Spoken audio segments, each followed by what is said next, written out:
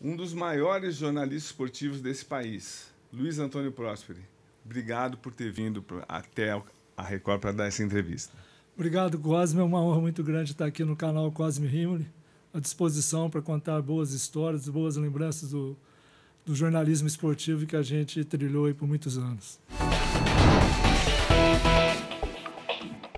Como é que você vê essa mudança e o que acontece com a imprensa escrita esportiva? Como é que você viu, teoricamente, os jornais quase indo para a extinção? Então, Cosme, é uma história um pouco longa, mas vamos resumir assim, que a decadência da imprensa escrita é uma questão universal, né, no mundo inteiro, não é só aqui um fenômeno no Brasil. Desde que a internet apareceu, lógico que os jornais impressos foram perdendo espaço, não só por alcance de um jornal impresso, mas também pelo o custo de um jornal impresso. É muito caro, né? Você tem um papel que é caríssimo, você tem depois a impressão, você tem uma equipe para fazer o jornal, depois tem a distribuição. Imagina, um jornal sai da gráfica meia-noite e meia por aí, tem que estar às 4 da manhã nas portas dos assinantes e nas bancas. Então, um fenômeno que ia estar em extinção tranquilamente, até pelos custos. E aí, como a internet veio forte, todo mundo, mais agora, nos dias de hoje, tem o mundo na palma da mão com o celular, é evidente que a imprensa escrita perdeu muito espaço. A primeira Copa que eu fui em 1990... Você fez 9 Copas. Já. 9 Copas. Foi a primeira Copa que a gente usou o computador, né? Na época era um Toshiba, quase desse tamanho assim, parecia uma... para poder transmitir as matérias e fazer as matérias online. Então, naquela época, se apurava muito, corria muito atrás, só publicava quando você tinha certeza do fato. Hoje, não. Hoje, o primeiro ali, o que eu diz, os grandes jornalistas, sim, entre aspas, aí, que tomam conta da internet, eles escutam uma notícia, vem alguém que publicou e já replica. Não quer saber se é verdade, se é mentira, se tem valor aquela informação ou não, mas ele quer ser um dos primeiros a dar aquela informação e vai copiando um do outro. Quando você olha na rede, no Twitter, que é uma coisa muito fácil de você ver, hoje é o X, né? Você olha lá, tem 500 informações, a mesma informação, o mesmo texto, mas de canais diferentes. Então, para mim, isso é sei lá, o túmulo do jornalismo, né? Qualquer um publica e todo mundo acha que quem publicou tem razão e não é bem assim. Então, também naquele tempo o jornal dava dias, dava às vezes semanas, até meses para apurar grandes matérias. Eu queria que você relembrasse grandes matérias que você fez, cidadão. Cosme, na época do jornal, era a cultura do jornal, né? Então, assim, a gente aprendeu a fazer isso. Não é uma coisa que vai ser assim, acabou. A gente aprendeu com os grandes jornalistas que nós tivemos no Jornal da Tarde, Vital Batalha, Sérgio Baclanos, o Castilho de Andrade, o nosso chefe, que foi muito tempo, José Eduardo de Carvalho. Grande jornalista, assim, de ponta, né? Jornalista, além de ser muito bom para apurar e ter informação, muito bom de texto, né? Que é uma coisa que a gente... tinha que ter primazia de um grande texto. Quem não tinha um texto interessante, não é que não sobrevivia, ficava à margem, né? Estava ali, fazia o seu trabalho, apurava informação e tal, dava notícia, mas... Então, a gente aprendeu muito em cima disso, dessa cultura de grandes textos. Para começar a lembrar das grandes matérias que eu fiz, assim... eu lembro de 90, dos hooligans. Então, a primeira que marca muito a minha carreira foi cobrir a Inglaterra e a Holanda na Copa de 90, na Sardenha, que é uma ilha justamente que a FIFA, junto com a Itália, que a Itália era organizadora da Copa, resolveram concentrar a Inglaterra e a Holanda lá no grupo da Sardenha, mais Egito e Irlanda, porque era mais fácil de controlar os hooligans, porque uma ilha, né, é mais difícil dos hooligans ter acesso. Então... O que era hooligan mesmo? Hooligans são os torcedores que adotaram a violência como prática, né? Um fenômeno que começou muito forte na Inglaterra e hoje toma conta do mundo inteiro. Não é que os hooligans não acabaram, eles continuam, atuam muito forte, sempre com essa coisa de a violência primeiro. Inclusive, eu estava lendo antes de vir para cá, recordando do escritor americano que ele se infiltrou nos hooligans por 4 anos e escreveu um livro que chama-se Entre os Vândalos, é o Bill Burford, se não me engano, a pronúncia é mais ou menos essa. E ele publicou em 1992. Em um capítulo desse livro, foi a Batalha de Sardenha que eu presenciei lá entre hooligans ingleses e holandeses. Não, conta detalhes aí. Onde você estava? Você se escondeu? Como foi? Não escondi. Eu estava lá, eu fui designado para cobrir esse grupo e justamente pelos hooligans eu comecei a estudar um pouco o fenômeno. Eu dei muita sorte que quando eu cheguei na Itália para cobrir esse grupo, a revista do Corriere della Sera, uma revista dominical, chamava-se Sete, a capa era um hooligan assim, segurando no alambrado, assim, aquelas tatuagens, só um dente assim na boca, muito forte o cara, um hooligan inglês. E o texto era do Anthony Burgess, que escreveu Laranja Mecânica, e um grande escritor holandês. E aí eu já conheci um pouco do idioma italiano e li a matéria, fiquei encantado como que ele fez a descrição. E eu me aprofundando. E eu sabia que mais cedo ou mais tarde ia acontecer alguma coisa lá no grupo que eu estava cobrindo aí na Sardenha, porque os hooligans estavam chegando, mesmo com todo o controle da polícia, da segurança da Itália, da própria FIFA, que fez um esquema super forte lá, de rotas para eles seguirem, eles acabaram se encontrando no jogo, na véspera do jogo, quer dizer, no dia do jogo, Inglaterra e Holanda, lá em Cagliari, e eu estava no meu hotel, já me preparando para ir para o estádio. Quando eu vi, na avenida, embaixo do hotel, da minha sacada, janela do meu hotel, começaram os confrontos ali. Como que eram? Eles batiam para matar? Era assim, já viu briga de rua, Sim. Né? Briga de rua não tem... naquela época eu não lembro se ele tem porrete, taco, eu sei que era na mão mesmo e garrafa, porque foi decretada a lei seca lá em Cagliari, na Itália, para não levar, para eles não poderem ter acesso à bebida e também garrafa. Só que eles iam nos mercados, compravam de engradados, a polícia esqueceu de decretar, não, acho que foi uma falha da segurança, de que não poderia vender bebida alcoólica nos supermercados. Então, os caras vinham com os engradados nas costas, carregando cheio de garrafa de cerveja. Na época, a latinha ainda não era muito difundida. Era, né? vidro. Então, era vidro. Então, a porrada comeu solta. E eu lembro que, da janela do hotel, eu presenciei muita coisa. Depois que acabou, eu comecei a correr atrás das informações oficiais, da polícia, os carabinieri da Itália, para saber, na delegacia, tudo para ver o saldo final daquilo. Só que essa batalha foi no sábado. E eu estava praticamente fazendo para o Jornal da Tarde o Estadão, mas mais para o Jornal da Tarde, a cobertura. E o Jornal da Tarde não saía aos domingos, né? Sim. E o Estadão não saía às segundas-feiras, uma loucura. Então, eu escrevi a matéria no sábado, meio assim, porque estava um fuso horário já apertado, para o Estadão, muito pequeno e tal. E para o JT, na segunda-feira, eu fiz uma matéria extensa. Aí nesse meio tempo, eu comprei a Gazeta dello Sport para ver, porque naquela época o acesso que a gente tinha era nos jornais. E a Gazeta trouxe uma série de quase umas 4 páginas sobre essa batalha e com muitos dados também que acabou me ajudando a fazer a matéria. Então, foi uma matéria inesquecível, assim, a primeira que eu fiz, né, que deu uma repercussão legal pela briga em si. Mas antes dessa aí, quando eu cheguei eu cheguei no hotel, deixei minhas malas, acabado de chegar de viagem, nem vi nada, já saí para a rua para fazer a matéria que se chamava-se a paura dos italianos com os hooligans. Então, eu fui na delegacia entrevistar o delegado, com o feirante que eu digo assim, eram umas banquinhas de frutas, que eles vendiam frutas, perguntando no comércio local, nos bares, se eles tinham medo, né, E a maioria se manifestou que estava, assim, receosa de receber os hooligans, mas ninguém muito apavorado, não, porque achava que a segurança ia dar conta, mas, no fim, não foi isso que aconteceu.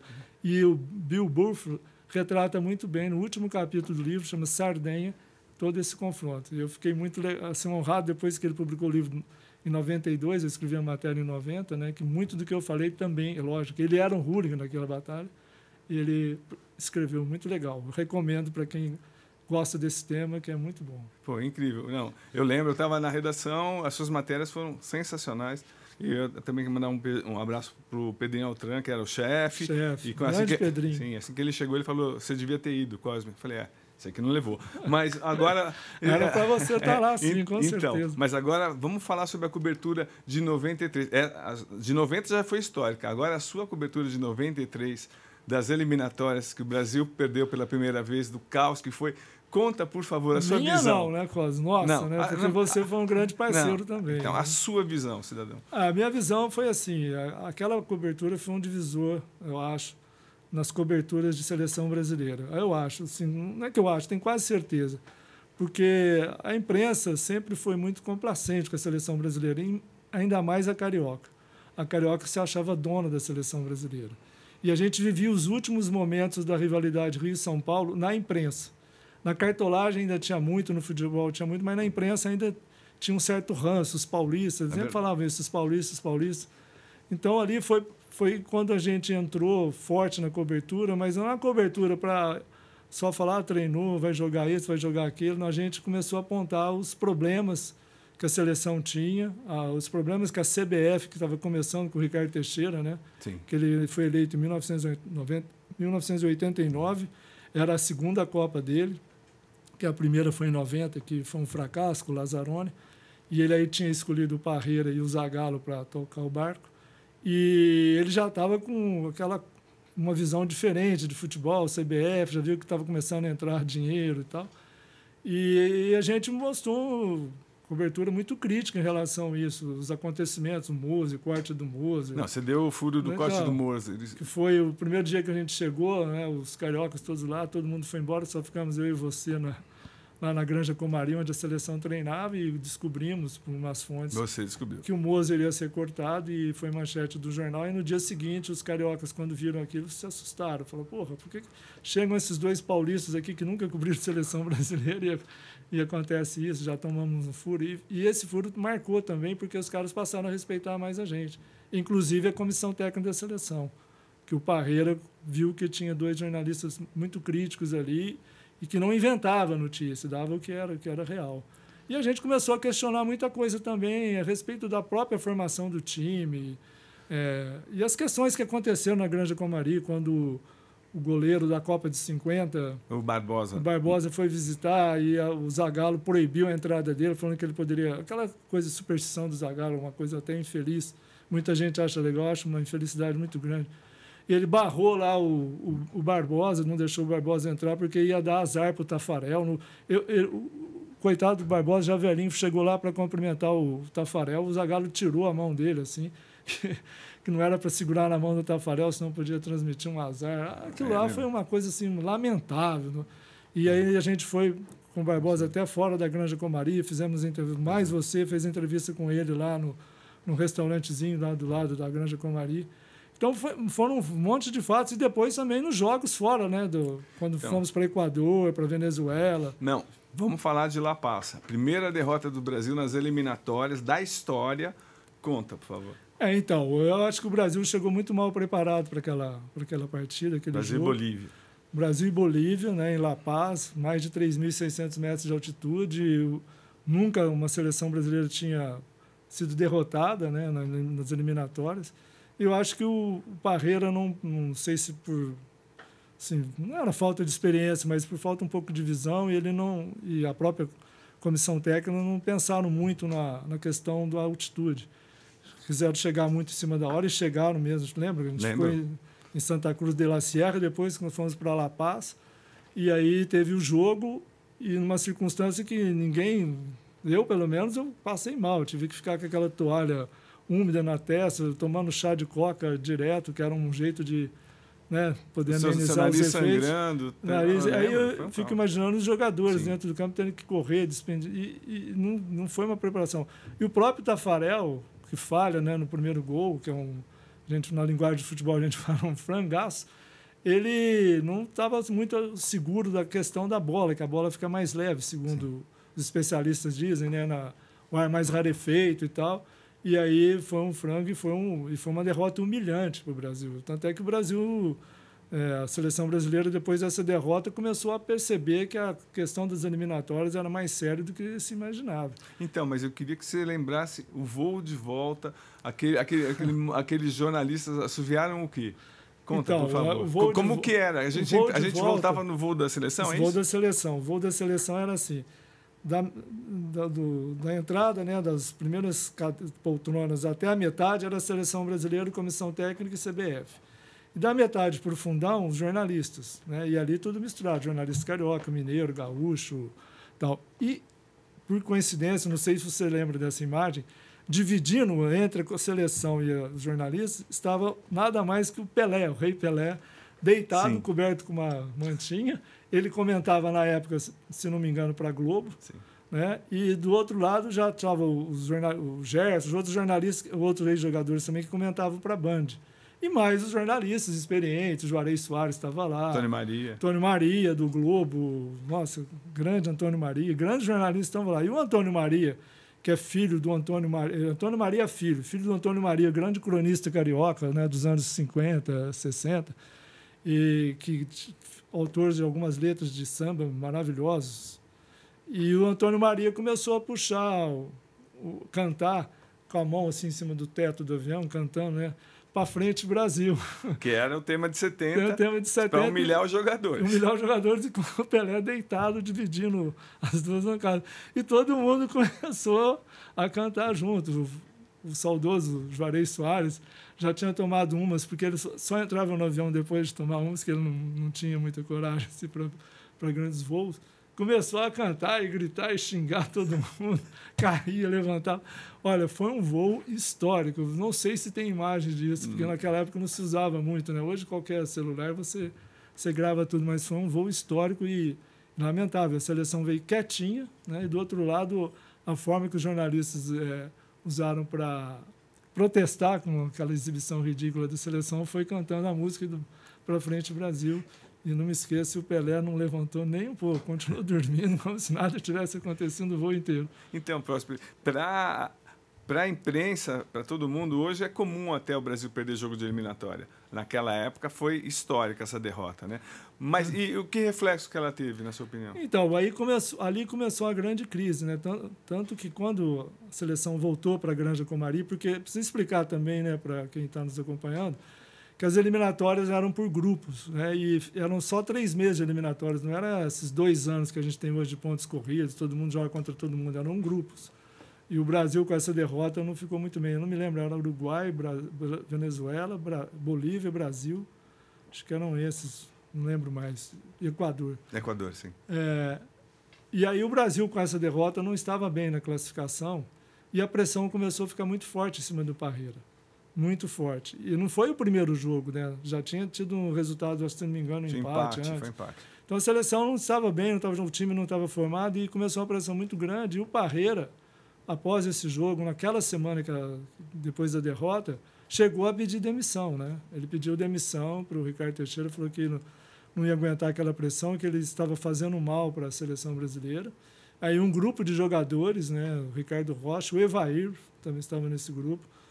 Não sei se o Zinho estava, não sei, 4 jogadores que eram líderes, né? Branco, parece, foram até o Parreira para demovê-lo de não se demitir, que ele continuasse, que eles iam dar conta, que eles iam dar a volta por cima, que o grupo estava bem unido em torno dele, que não era para ele fazer isso, mas ele, em nome da seleção, ele queria realmente sair, pediu demissão. Aí os jogadores foram lá, e depois se reuniram com o Ricardo Teixeira, na época presidente da CBF, e conseguiram que ele ficasse. Senão o Parreira já tinha saído naquela época, naquelas eliminatórias, tamanha a crise que era e tamanha a pressão que estava em cima dele. Né? Bom, realmente com você vai dar para escrever 10 livros, mas vamos já pular para o episódio Romário, o jogo decisivo dessas eliminatórias. O que aconteceu porque o Romário estava fora? Então, o Romário estava fora porque ele tinha sido convocado para alguns amistosos antes, pré-eliminatória, lá em um jogo em Porto Alegre, eu não me lembro o adversário. Contra a Alemanha. Eu que perguntei. Então. E o Romário não foi escalado de titular, ele ficou putíssimo na vida. Eu perguntei para ele, então, porque como é que você vem da Holanda até aqui? Ele jogava no PSV. Você vem até aqui e você não vai jogar? Você acha normal isso? Aí ele me disse, se for para não jogar, não me convoque mais. Aí tinha um cara do Globo, ele gravou e aí passou pro cara da TV e fecharam o bolo no Romário. E aí o Zagallo, em cima dessa declaração, praticamente convenceu o Parreira que não deveria convocar um jogador que não tem amor, amarelinha, aquelas coisas todas que a gente está cansado de saber. E aí o Romário não foi. Só que, segundo o Parreira, depois da Copa, depois de muitos anos, ele fala que não foi bem isso, foi que naquele momento eles não poderiam levar o Romário, porque o Romário também não queria jogar na seleção. A partir do momento que eles entenderam que o Romário assim, estava arrependido do que falou e gostaria de jogar na seleção, aí eles tiveram que convocar o Romário. Até porque era o melhor jogador que a gente tinha na época E o jogo era decisivo contra o Uruguai no Maracanã. Imagina o fator emocional, psicológico de tudo isso. Levar o Romário para aquele jogo, carioca, né? O Maracanã inteiro apaixonado pelo Romário. Um jogo decisivo contra o Uruguai, que valia a vaga para a Copa do Mundo. E aí... Fez 2 gols. Uniu a vontade do Parreira e do Zagallo de ter o cara lá, que seria um escudo, né? Imagina se o Brasil é desclassificado dentro do Maracanã com quase 100 mil pessoas sem o Romário. Então, aí o Romário deitou, rolou. Segundo ele, depois deu um depoimento muito legal para a gente no Jornal da Tarde, depois de muito tempo já, ele já tinha parado de jogar. Foi o maior jogo da vida dele. Ele fala até hoje que foi o maior jogo da vida dele. E foi mesmo, de fato foi. E aí o Brasil vai para a Copa. Então, agora, já estamos na Copa de 94, o Brasil jogando de uma maneira feia, mas eficiente. Aí o Jornal da Tarde publica uma foto do Parreira com orelhas de burro. O que foi aquela foto e que prejuízo teve para quem estava cobrindo lá? Então, Cosme, é uma situação que foi constrangedora, mas, olha, aí eu tenho um pouco de orgulho próprio para falar que se não fosse comigo ali, o Parreira não ia mais conversar com o Jornal da Tarde. Porque era assim, o Brasil não estava jogando um grande futebol, acho que era o segundo jogo, se não me engano, o terceiro, mas era um time muito consistente, não era um time que ia dar vexame na Copa. Só que, como o brasileiro gosta, de todo mundo chega em época de Copa do Mundo, todo mundo é treinador, todo mundo sabe tudo de futebol, começaram a dar muita pancada no Parreira, falando que o time era ruim, jogava mal, burro, um time burro.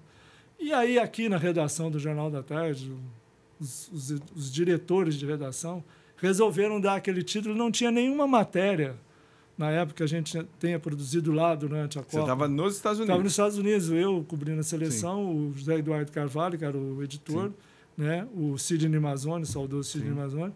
Arthur de Almeida já estava mais no Estadão, também Sebastião Reis, mas era uma equipe mais integrada. Os grandes repórteres, maravilhosos repórteres, muito bons mesmo, tenho orgulho e muita saudade deles. E aí não tinha nenhuma matéria que dizia que o Parreira é burro, um time burro como seu time, nem nas críticas dos jogos em si, né? Que a gente fala crítica é como se fosse uma crítica de cinema, de um filme, né? Quando vai descrever um jogo de futebol naquela época se falava crítica. E não tinha nada disso. E aí o Parreira, coube a minha ir lá conversar com o Parreira, porque ele, naquelas eliminatórias que a gente contou um pouco da história aqui, eu fiquei muito próximo dele. Sim, ele te respeitava muito. Ele respeitava muito, ele gostava muito de mim, tanto é que a gente gosta, né? Chegava nos hotéis, assim, que estava aquela montoeira de jornalista, aquele monte de coisa, ele me chamava num canto, falava, vem cá, vamos conversar, e ficava 10, 20, 30 minutos falando de futebol ali, tinha uma visão de futebol, não tem uma visão muito legal. E aí eu fui até ele, falei, Parreira, essa manchete aqui, que está aqui, um técnico burro como sua seleção, né? Uma seleção burra. Ele já tinha visto a foto dele de burro? Já tinha visto. Porque naquela época eles mandavam por fax as capas dos jornais, não tinha essa coisa muito da... Já tinha a internet e tal, mas você não acessava as páginas dos jornais na internet. Então eles mandavam por fax e tinha as retaguardas do CBF que alimentava a comissão técnica, tudo que isso era publicado no Brasil. E ele viu, aí eu falei, Parreira, infelizmente eles deram essa manchete, não tem nada a ver com a nossa cobertura, não tem nenhuma matéria aqui, mesmo se tivesse uma matéria, porque a gente era crítico também, mas não era esse nível. Ofensivo. Ofensivo. Não. Isso não é uma coisa que não se faz. Ainda mais no jornal impresso, que fica lá, né? Na internet você apaga. O jornal impresso não tem jeito. Publicou. Sim. E aí ele falou, não, esquenta não, eu sei, eles ficam lá no ar-condicionado lá das redações, vocês estão aqui, eu confio em vocês, esquece isso aí. E não sei se foi antes desse episódio, mas numa entrevista exclusiva que ele deu para a gente, que eu consegui, foram eu, o Zé Eduardo e o Sidney Mazzoni, ele deu a entender que o Raí ia sair do time, segundo jogo, terceiro jogo, alguma coisa assim. O Raí era o capitão do time, mas ele falou, olha, infelizmente não está funcionando, não sei o quê. Aí o Edu, eu lembro direitinho, o Zé Eduardo falou, então o Raí está fora? Aí o Parreira falou, não está, mas a gente está pensando, quer dizer, estava fora. Tá. Aí foi quando ele puxou o Mazinho para jogar com o Mauro Silva, o Dunga, né, os três, o Zinho no meio, Bebeto e Romário lá na frente. E aí, só que aquela questão, o jornal Estadão não saía na segunda-feira, o Jornal da Tarde sim, né? Era mais ou menos isso? Era. E aí a direção de redação aqui não queria dar, queria que desse junto Estadão e JT. Aí o nosso editor, o José Eduardo Carvalho, foi muito firme nessa, não, vamos publicar, é furo. E aí a gente deu furo de que o Raí estava fora da seleção e que jogaria o Mazinho, que era jogador do Palmeiras aqui, volante. Então, assim, você vê de todos esses episódios, mesmo assim o Parreira acabou dando um furo para a gente, só para lembrar que, assim, o tanto que ele era, né, catedrático do futebol, a gente chama um lorde do futebol, né, o que hoje em dia é muito raro. Não, eu acompanhava a seleção brasileira naquela bagunça, eu estava cobrindo a Argentina com Maradona, doping, um caos. Mas aí depois, quando eu me juntei, agora Brasil campeão do mundo. Cidadão, eu sei que é um episódio que só você pode contar. Estávamos na festa do Brasil, campeão do mundo, Romário no meio, numa mesa, dançando, sem camisa, um monte de mulher do lado. Eu estava vendo o Romário. Aí, de repente, eu vejo você e o Marco Antônio Teixeira, o tio do Ricardo Teixeira, que tinha um cargo na CBF. Secretário-geral da CBF, o cargo mais importante depois do presidente. Então, aí corta, entra, só falta o apresentador do UFC. Você brigou com... Você deu um soco na cara do... Não dei soco. Deu soco que quebrou o óculos. Eu vi ele chorando. Eu falei que... Você não me viu chorando? Eu vi o secretário chorando. Você deu um direto nele. Não, conta. Agora falando sério, conta a história toda, por favor. A história é assim. A seleção ganhou a Copa e depois da cerimônia lá no estádio, foi para o hotel, numa cidadezinha anexa a Los Angeles, chamado Fullerton. Era onde a seleção estava hospedada num hotel, chama Hotel Mariot, alguma coisa assim. E a nossa equipe estava num hotelzinho, bem mais humilde, né, em frente, do outro lado da avenida. Então, assim que acabou a Copa, que eles foram para esse hotel, começaram a festejar, claro. O Brasil, 24 anos não era campeão, né, festejando lá no hall do hotel, e tinha um mezanino, a gente fala mezanino, mas eu falo que era um cercadinho, assim, com uns biombozinhos de planta, né? E o balcão aqui onde ficava o hall do hotel, o balcão do bar do hotel. E aqui nesse cercado, que era um pouco grande, espaçoso, Ricardo Teixeira, presidente da CBF, todos os seus diretores, o secretário-geral da CBF, esse Marco Antônio Teixeira, que era tio do Ricardo Teixeira, todos eles bebendo muito e gritando, paulistas, pode falar palavrão aqui? Não. Pode, vai ser cortado, mas pode. Paulistas, filhos apesar de vocês, paulistas, filhos da... Brasil é campeão, e agora, paulistada, não sei o que. E olhando para sua cara, olhando para a nossa cara. Gente ali. E o Arthur de Almeida, um grandíssimo repórter da nossa equipe, conseguiu uma exclusiva com o Dunga, numa escadaria que dava quase de frente para onde estava essa festança toda.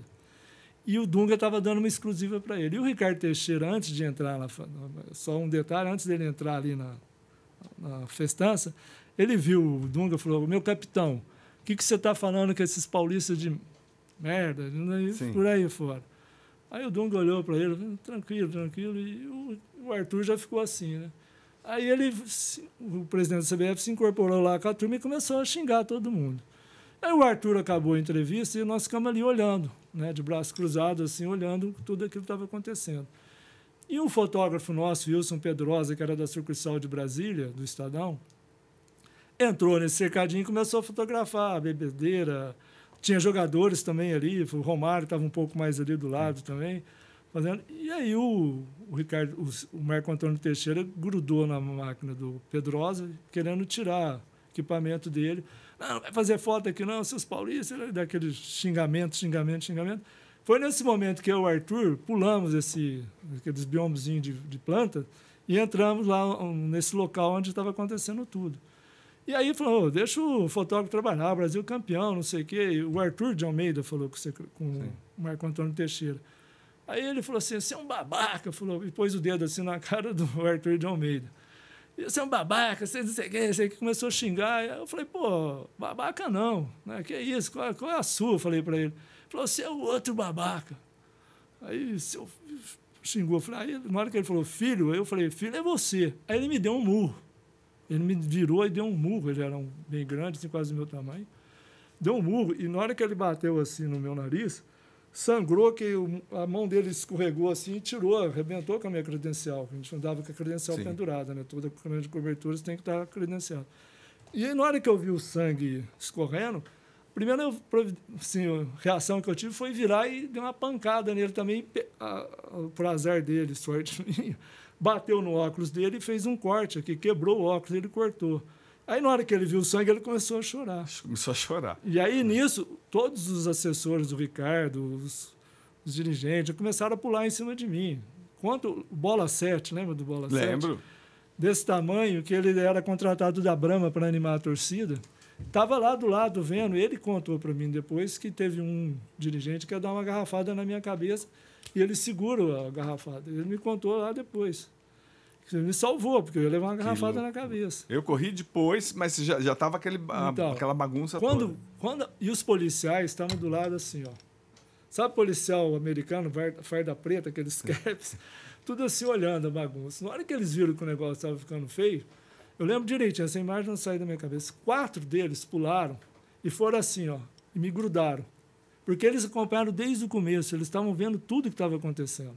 Depois o próprio policial me falou. 4 policiais me agarraram, seguraram a mão por trás, um me abraçou e foram me conduzindo, puxaram o Arthur também, para um banheiro do hall do hotel, um banheiro que ficava um pouco mais distante, e nos carregaram para lá, fecharam a porta, ficaram lá 5 policiais, aí chegou uma tenente, se não me engano, um policial que falava em espanhol, porque todos eles falando inglês com a gente e tal.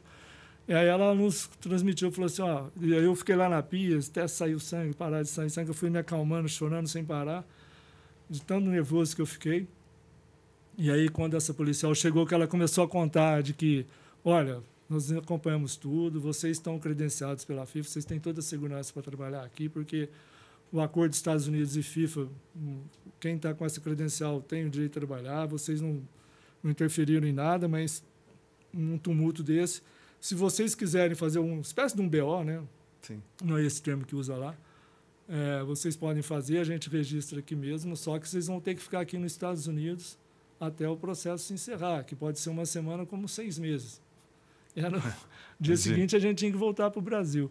E o Arthur de Almeida estava com o celular, o meu celular nem sei onde foi parar, que naquela parecia um tijolo o celular, era desse tamanho. Conseguiu comunicar com o nosso chefe de cobertura, que era o Delmo Moreira, Sim. que, aliás, está lançando um livro amanhã aqui sobre uma grande socialite dos anos 30 e 40, bem amada, deve ser muito legal a história. E aí o Delmo falou, não, esquece, eu já entrei em contato com o jornal lá, quando chegar no Brasil a gente toma as providências na justiça. Então, vocês podem, na hora que for liberado, pode voltar daí e tal. Aí os policiais chegaram para a gente, falaram, os 5 e mais a tenente, falaram assim, olha, nós vamos sair daqui agora, vamos conduzir vocês para o hotel que vocês estão hospedados e a partir de amanhã, hoje à noite vocês não voltam mais aqui, porque já era noite lá, né? A partir de amanhã, às 7 horas da manhã, vocês podem retornar com essa credencial que a gente dá toda a segurança para vocês trabalharem, porque a seleção ia embarcar à meio-dia no dia seguinte. E aí, falaram, tudo bem, vamos lá. Que os policiais abriram a porta do banheiro, sabe aqueles filmes, assim, tinha 500 jornalistas, Savoy, José Eduardo Savoy, na época do SBT, se não me engano, falavam aqui, agora ele com o microfone gritando, próximo, o que aconteceu, aconteceu. E eu fui chegando perto deles, os policiais foram me puxando e foram carregando pelos corredores, igual aqueles filmes de perseguição dentro do hotel, passa pela cozinha, passa pelo almoxerifado, correndo, até sair do outro lado da rua, aí eles viram que estava calmo, colocaram a gente dentro da viatura deles, deram uma volta assim e nos deixaram no hotel, no Fullerton, lá em frente ao hotel da seleção. Assim, foi um episódio marcante na minha carreira, e depois fiquei muita gente veio falar, oh, você foi sério, você deu uma porrada. Assim, tudo que eu não queria era isso. Eu queria ser marcado pelas matérias que eu fiz ao longo da Copa, né? E não ser marcado por uma briga com cartolagem da CBF, que naquela época já era muito folgada, né? Os caras estavam se achando com muito poder. Marcou, foi assim, mas foi um episódio que eu gostaria de não lembrar, mas está no registro, e certamente vai entrar numa página de um livro qualquer. E foi simbólico, porque mostrou a rivalidade mesmo, o lado dos paulistas e via a CBF via a gente como inimigos, né? Pulamos para 98, porque tua carreira é extensa e você passou por várias e várias histórias importantíssimas. Você, com seus olhos claros, aí, além de seduzir o Parreira, você seduziu um jogador que era mais ou menos um tal de Ronaldo Fenômeno, te amava. Então, o que aconteceu em 98?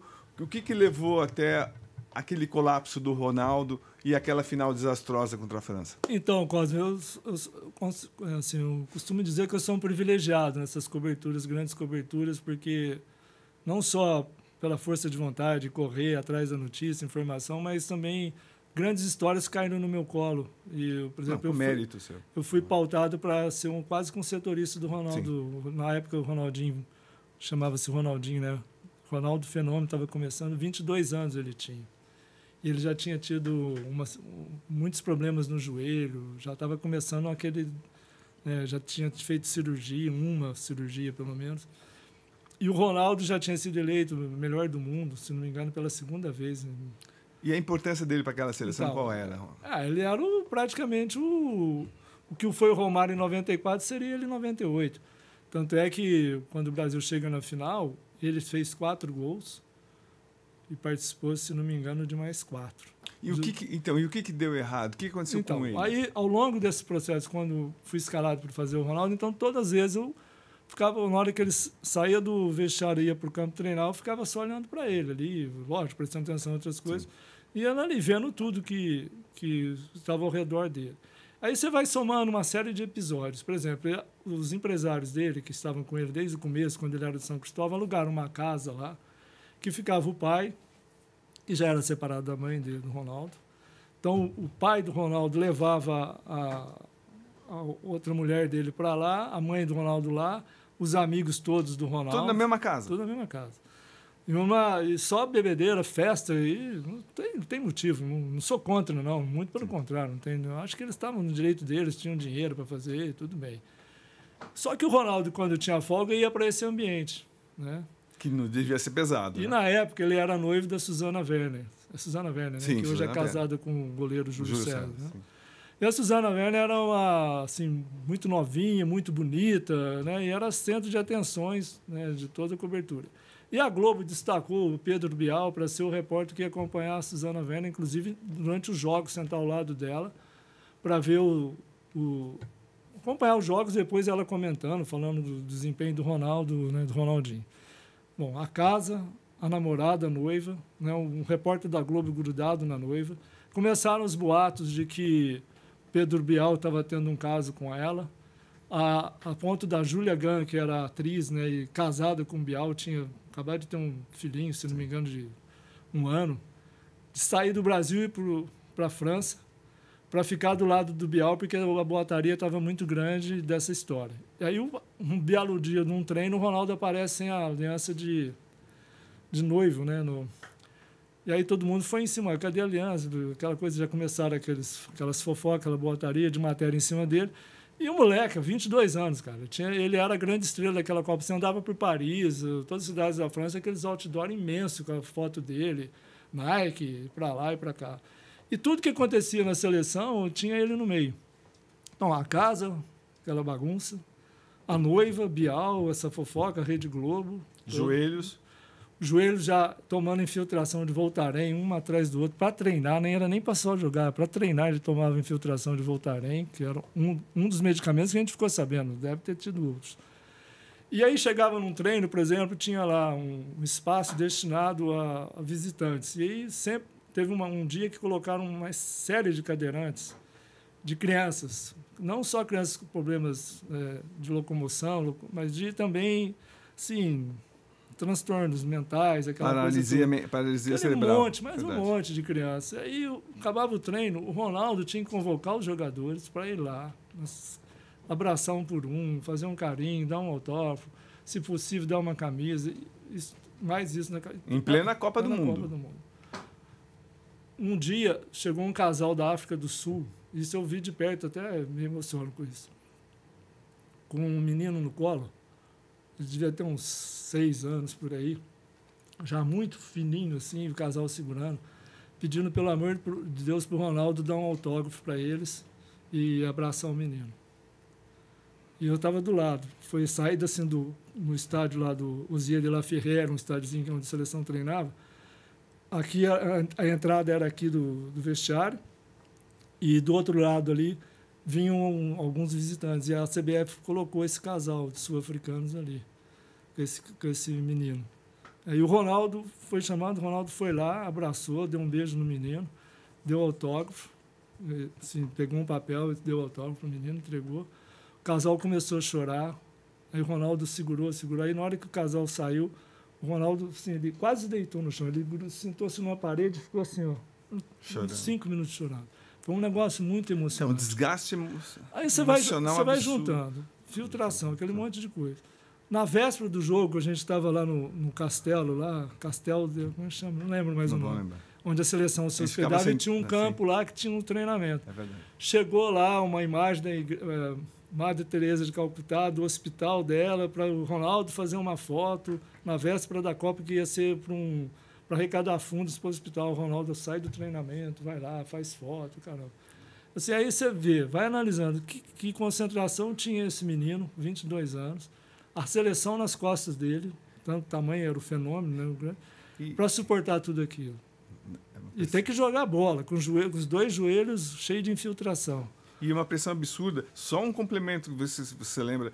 Tinha a pressão enorme da Globo, o Globo já apresentando o Brasil como campeão do mundo. Jornalistas, nós dois ficamos do lado, a gente viu um monte de jornalistas com várias e várias camisas da seleção, pedindo autógrafo para os jogadores, que eles vão pegar aquelas camisas, levar para a família, vender. Não sei se você lembra daquela véspera de jogo, Brasil e França. Jogo, então. Véspera da final. Né? É uma coisa assim, assustadora. E o Zagallo estava muito sozinho. Se não fosse o Zico, porque o Zico foi nomeado quase no começo da Copa para ser um auxiliar dele ali. E o Zagallo muito teimoso, achando que ia repetir tudo que ele conheceu em 62, 66, 70, que ele ia fazer aquilo de novo, né? E ele não teve um controle da situação. Aí, dia do jogo, o Ronaldo tem essa convulsão. Então, mas você tem a convicção que ele teve a convulsão? Com certeza absoluta. Foi uma convulsão que ele teve, muito séria, muito forte, e que depois que passa a convulsão com algum medicamento, mais consegue voltar ao normal.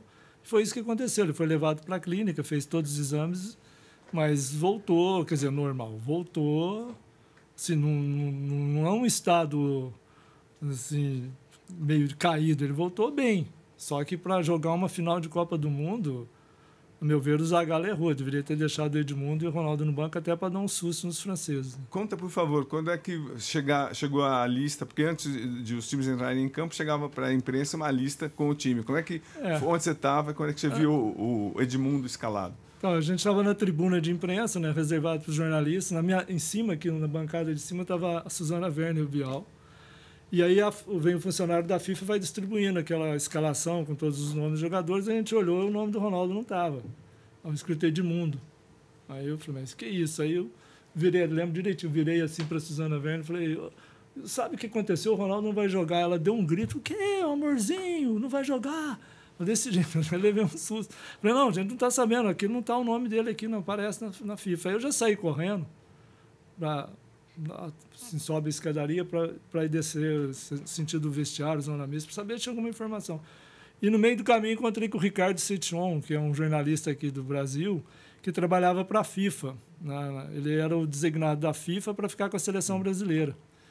E eu corri, eu falei, Setion, o que aconteceu? Ele falou, o Ronaldo teve um problema, está voltando da clínica, mas está liberado, ele vai jogar. É um furo. Eu falei, furo em jornal, mas só no dia seguinte. Se fosse internet, você ia arrebentar. Se internet, ia arrebentar, mas na época a gente não tinha um online. Pelo menos o Jornal da Tarde, Estadão, não tinha.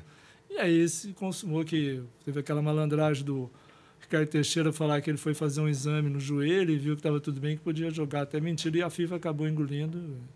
E o Ronaldo jogou e o Brasil tomou de 3-0. Então, você, por um acaso, você foi intermediário da venda da Copa do Mundo para a Nike? Estou brincando. Explica essa história, porque está no imaginário popular que o Brasil vendeu a Copa do Mundo para poder sediar a Copa 2014. Essas são as coisas mais ridículas que possa ver. Aliás, onde nasceu? Foram as primeiras fake news, né? Antes da internet, Sim. Antes de todo isso. Onde você acha que nasceu isso? Isso nasceu porque assim, o futebol sempre tem uma conspiração, né? Ninguém perde por perder, né?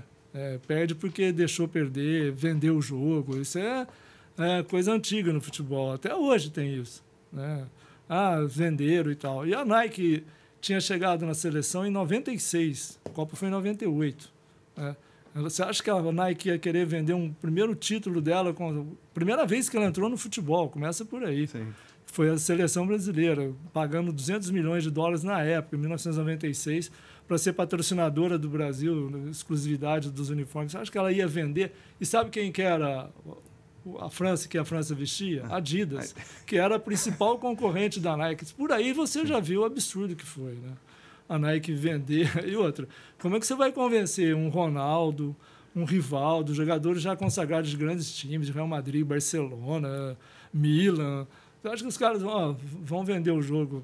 Isso aí, para mim, assim, uma pena que essas teorias da conspiração, elas são mais importantes do que a notícia em si, né? E muita gente cai nessa, fala, o Brasil jamais ia perder da França. Não, perdeu porque o Zagallo escalou mal, não se preparou para aquela final, enquanto o técnico da França articulou tudo ali, o jeito, marcar Cafu, Roberto Carlos, não dar espaço para o Rivaldo nem para o Ronaldo jogar, e deixar a bola com o Dunga e com o César Sampaio, que não ia acontecer muita coisa, porque eles não eram jogadores para levar o time para frente. E foi isso, e o Brasil levou um banho da França em questões táticas também. E mais o problema do Ronaldo, claro. Pulando, 2002, você de novo, você me joga o Ronaldinho Gaúcho, que não me fala nada, eu cobri do Ronaldinho Gaúcho, e você de novo com o Ronaldo Fenômeno. Conta o que foi o Ronaldo Fenômeno e a conquista daquela Copa de 2002. Então, a questão do Ronaldo Fenômeno é muito interessante, porque todo mundo dele já foi publicado, ele já deu milhões de entrevistas falando o esforço que ele fez para voltar a jogar futebol. Por quê? Como é que ele estava na época? Porque ele estava com os dois joelhos, já com um enxerto nos dois joelhos. Ele tinha sofrido rompimento dos ligamentos nos dois joelhos, fez cirurgias, ficou quase 2 anos sem jogar, né? De 2000 a 2002, praticamente não jogou. Fez uma preparação absurda. Eu entrevistei o Filé, lembra? Newton Petrone, né? Que ele dava pulos na cama elástica, quase 1000 pulos por dia, para fortalecer joelho, musculação, aquele todo trabalho que eu não me meto a falar, que eu não entendo disso. Mas, assim, ele fez um esforço danado para jogar. Comprou uma briga com o técnico da Inter de Milão, que ele era da Inter de Milão, porque o cara não punha ele para jogar, ele queria ganhar minutos para jogar. E aí o Filipão, muito astuto, muito inteligente, ligou para ele e falou: Ronaldo, você me garante que você joga? Quero nem que se for 70 minutos por jogo, você joga? Falou: pode confiar em mim. Aí o Filipão convocou o Runco, que era o médico, né? Sim. O José Carlos Runco. José Carlos Runco, isso é mesmo. Isso. Runco, que era um excelente profissional, um cara também de altíssimo nível, que grande personagem de futebol. O Runco elaborou um projeto bem rápido, de 2 semanas na Granja Comari, para o Ronaldo dar o acabamento final para ir para a Copa, né? E mesmo assim teria que jogar, assim, não entrar 90 minutos. E ele ganhou o Ronaldo ali, né? Confiou no Ronaldo. O Brasil inteiro, os cariocas principalmente, queriam o Romário. Por que o Romário não foi? Você lembra do episódio? Conta você. Nas eliminatórias em 2001, que o Filipão tinha acabado de assumir a seleção, primeiro jogo contra o Uruguai, lá em Montevidéu. O Romário, durante a pré-eleição do Filipão, dormiu no vestiário, né? Pode falar que não, mas ele dormiu. E aí o Filipão ficou puto, né? E aí teve os casos, porque o Brasil já andava de voo fretado na época, né, da Varig, era Varig ainda, e que o Romário estava tendo caso com as aeromoças que cuidavam do voo da seleção brasileira, e isso aí, o Filipão é a morte, né? O Filipão não gosta que... Tem que ser aquela... Por isso dá o nome, família, né? Ficar todo mundo junto, no mesmo ideal e tal. E aí ele perdeu a confiança no Romário. Aí teve um episódio da Copa América que ia ser na Guatemala, se não me engano. Não. Sei que o Brasil perdeu para Colômbia. Sim. E a Colômbia estava com muita violência, muito absurdo lá. Não sei nem porque como a Conmebol levou a Copa América para lá, 1 ano antes da Copa. E o Filipão, muitos jogadores, inclusive o Paulo Sérgio, não quis ir, para aquela Copa América. Alguns jogadores pediram para não ir e tal. E o Romário, o Filipão convocou, porque ele queria o Romário lá. E o Romário alegou que ia fazer uma cirurgia na vista e não foi. E aí o Filipão foi, perdeu para Honduras, uma derrota vexatória, né? Muito feia para o Brasil. Ali o Brasil perdeu a credibilidade quase total. E o Filipão ficou muito puto com o Romário, porque passado a Copa América, o Romário já estava jogando, não fez a cirurgia nenhuma na vista, né? E aí ele falou: esse não vai mais. E aí ele resolveu apostar tudo no Ronaldo, confiou na recuperação plena do Ronaldo e também do Rivaldo, que o médico do Barcelona queria que ele fosse cortado, porque ele estava com problema no joelho. E o Filipão, não, eu quero os dois aqui. O Runco falou, não, eu garanto os dois. Pode bancar os dois, porque tinha que apresentar a lista ali uma semana antes de começar a Copa, né, dos convocados, dos inscritos. E o Runco falou, bancou os dois. E depois o Runco deu uma matéria muito legal ali no Jornal da Tarde. Foi uma página que eu escrevi ele falando detalhe por detalhe da recuperação do Ronaldo e do Rivaldo e por que o Filipão apostou nos dois. E deu no que deu, né? Foram os grandes jogadores da Copa. O Ronaldo fez 8 gols. Foi artilheiro da Copa, consagrado. E naquele ano ele foi eleito de novo melhor do mundo. E o Rivaldo, muita gente fala, mas eu acho que o reconhecimento em torno dele foi até pouco, pelo tanto de bola que ele jogou. E foi um nome imprescindível e também com o Ronaldinho Gaúcho começando, né? Você acompanhou, bem moleque. Meu Deus do céu, eu lembro, e não falou nada. Mas eu quero que você, por favor, conte o último grande voo da volta, que a gente estava dentro do avião. Conta a tua visão, a loucura que foi aquele voo de volta. É uma experiência incrível, né? Teve aquele episódio da Bolívia, que era uma viagem curta lá para São Paulo. Esse de Yokohama, onde a gente embarcou, até Brasília, onde a seleção desceu para subir a rampa lá e tal. São mais de 12 horas de voo, depois uma parada em Los Angeles, depois mais quase 12 horas de voo. Uma coisa muito louca, né? Porque virou uma baderna total dentro do avião, todo mundo dançando, bebendo pra caramba. O Ronaldinho Fenômeno jogando porrinha, né? Que é aquelas coisas de tampinha, né? Na mão, com o pai dele tomando 1 litro de vinho a cada 5 minutos. Despejou um tonel de vinho, se não me engano, aquele voo. E muita festa dos jornalistas todos. E o Ricardo Teixeira, que você muito bem retratou numa matéria sua, também que gostava, né, na época, com os 2 pés em cima da caixa de metal, que estava a copa dentro, a taça dentro, né? E era hoje é uma maleta Louis Vuitton, na época não era Louis Vuitton, né? Mas estava lá e ele sentado na poltrona com os 2 pés em cima da taça. Que coisa mais deprimente do que isso? O Brasil, pentacampeão do mundo, o cara pisando em cima da embalagem da taça. Era o cúmulo da arrogância, porque foi uma sorte. Eu cheguei atrasado, para variar, estava trocando cartão lá por dinheiro, lá, e aí eu cheguei, quase eu perco o voo. E aí eu entro, porque a imprensa já tinha entrado, a seleção estava no começo, e na primeira classe, Ricardo Teixeira, eu vejo ele com os pés lá na taça, que dentro daquela caixa estava a taça do mundo. Eu falei, é muito arrogante. Eu fui tentar buscar o nosso fotógrafo. Na volta, eu tentei voltar para tirar foto, segurança não deixaram, mas foi sensacional. Aí vieram 4 Copas de fracasso. Por que o Brasil está fracassando tanto na sua visão? Você teve cobrindo Copa de 2006, 2010, 14, todas. Você cobriu todas. O que acontece? Por um resumo rápido, né? Repetição de coisas que não... Assim, você é campeão uma vez, você não precisa repetir de novo o mesmo treinador, porque deu certo em 94, mesma comissão técnica, que foi o caso de 2006, quando veio com o Parreira e com o Zagallo. De novo, né? Em 2002, seu Filipão. O Filipão não quis continuar na seleção, se despediu logo depois que o Brasil foi campeão. Foi trabalhar no Japão, não sei mais aonde, Portugal até. E aí a CBF, muito autoritária, muito perdida, trouxe o Parreira de volta. Aliás, trouxe o Zagallo primeiro. Estava doente, né? E o Zagallo muito doente e tal. E o Parreira só aceitou porque o Zagallo implorou para ele, porque era para o Luxemburgo voltar naquela Copa de 2006, porque o Ricardo Teixeira falou que tinha uma dívida com o Luxemburgo quando ele foi demitido, quando começou a crise CPI da Nike, aquela muita história, e o Luxemburgo, a seleção mal nas eliminatórias, o Ricardo Teixeira aproveitou e mandou o Luxemburgo embora e ficou com uma dívida com ele. Queria levar ele em 2003 para assumir a seleção. Foi quando o Zagallo convence o Ricardo Teixeira a trazer o Parreira de volta, que tinha sido sucesso em 94. E o Parreira, por muito custo, o Parreira não queria. Estava treinando o Corinthians aqui, tinha sido campeão da Copa do Brasil. E bem. Sim. E aí ele acabou indo para a Copa, e quando ele chegou na Copa, ele viu que ele estava sozinho, Parreira, porque o Zagallo já não estava mais com aquela energia que ele tinha, e o Parreira tinha que tomar a maioria das decisões. E estava lá com jogadores que estavam, assim, já, como o Paulo Autuori fala, jiboias saciadas, né?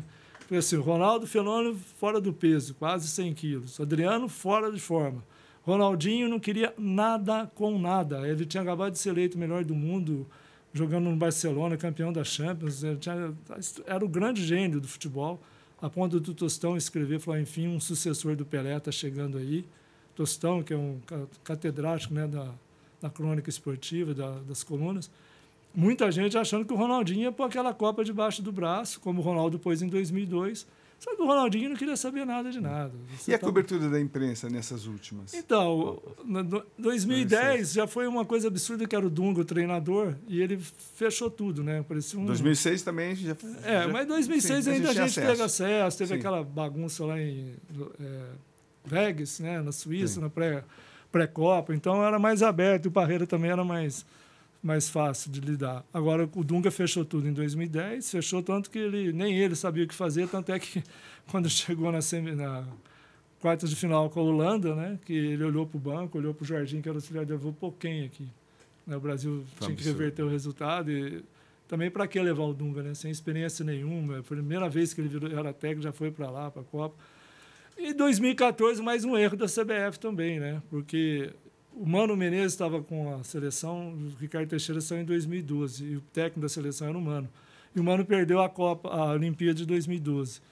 E quem bancava o Mano era o André Sanches, né, que era o diretor de seleções que o Ricardo Teixeira tinha levado para lá. Quando o Ricardo Teixeira sai em 2012 por denúncia de corrupção, aquele monte de história que todo mundo sabe, o Mano ficou órfão também, e aí o Marinho assume que ele era o vice mais velho da CBF, no lugar do Teixeira, para cumprir o resto do mandato, e o Marinho, junto com o Del Nero, que era os braços direitos dele, aqui o presidente da Federação Paulista, eles demitem o Mano, né, em 2013, na véspera, um ano antes da Copa. E aí, qual foi a sacada deles? Vamos levar os 2 campeões do mundo que a gente tem, que era o Parreira, seria o coordenador, e o Filipão, técnico de novo.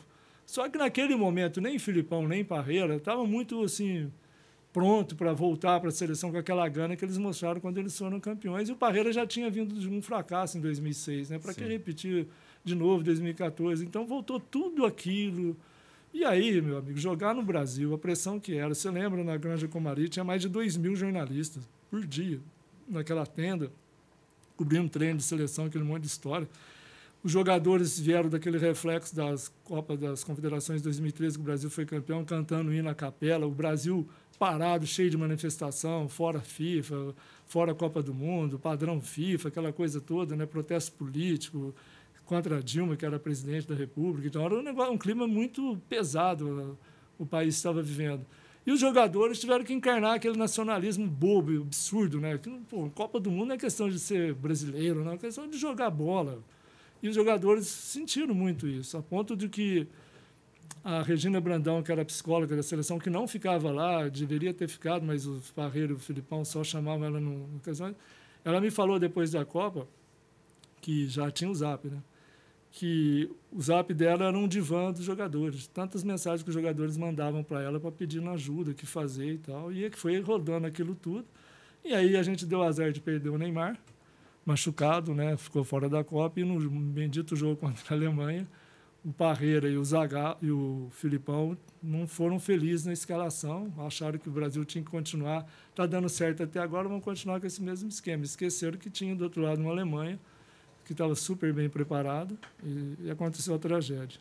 7-1 em 2014. E 2018, Tite também, que foi outro teimoso também, porque ele foi muito bem nas eliminatórias, só que ele deveria ter percebido, né, que tinha alguma coisa a mais para fazer e, a meu ver, apostou em alguns jogadores errados. Sim. E na hora que precisava dar a resposta, que foi contra a Bélgica, tomou e repetiu a mesma história de 2018, ele repetiu em 2022, certamente não ia dar certo. Agora, cidadão, já para me despedir de você, acabou o nosso tempo, infelizmente. Qual que é a missão, qual que você acha que fica de legado para você? Você é jornalista, você cobre esportes. Qual é a nossa missão? Qual é a missão do jornalista? O que interfere na realidade ou não mostra essa realidade para quem está acompanhando? Não mostra? E qual é a sensação que você tem, que a sua família tem de você? Porque de onde você saiu, de onde você chegou? Vou terminar. Então, Cosme, é assim, eu tenho um orgulho danado dessa profissão, né? Abracei ela desde os primeiros momentos, Porque eu acho que a nossa função de jornalista é contar a história, mas contar a história verdadeira, não a falsa história, não a mentira, né, que hoje, infelizmente, está difundida aí no mundo todo e mais no Brasil, ainda nesse momento que a gente está vivendo político. O que eu acho assim, que o jornalista, essa é a missão do jornalista, sabe? Você ser o porta-voz do fato para quem está do outro lado, que não tem acesso ao fato. Você contar o que está acontecendo. Para mim, é básico. Qualquer jornalista, qualquer estudante de jornalismo, qualquer que vive nas redes sociais achando que é jornalista, põe isso na cabeça, conte a verdade. Corra atrás da verdade, dê a notícia verdadeira, que isso é o que interessa, é isso que vai ficar. As grandes matérias que a gente fez só estão aí até hoje por causa disso, porque a gente retratou exatamente o que estava acontecendo. Então, acho que esse é o grande legado, né? E falar de família, de tudo, você bem sabe, é um grande orgulho, a família inteira. E eu saí lá do sul de Minas, de Guaxupé, conhecia São Paulo. Hoje eu conheço o mundo inteiro graças ao jornalismo esportivo e sou muito grato a todos que trabalharam comigo e conviveram comigo e o tanto que eu aprendi com todo mundo e continuo aprendendo até hoje. Bom, muito obrigado por ter vindo, Próspere. Sorte do país que tem você como jornalista. E eu quero dedicar essa entrevista para o pai do Próspere, que merece muito. Muito obrigado, Cosme. De coração.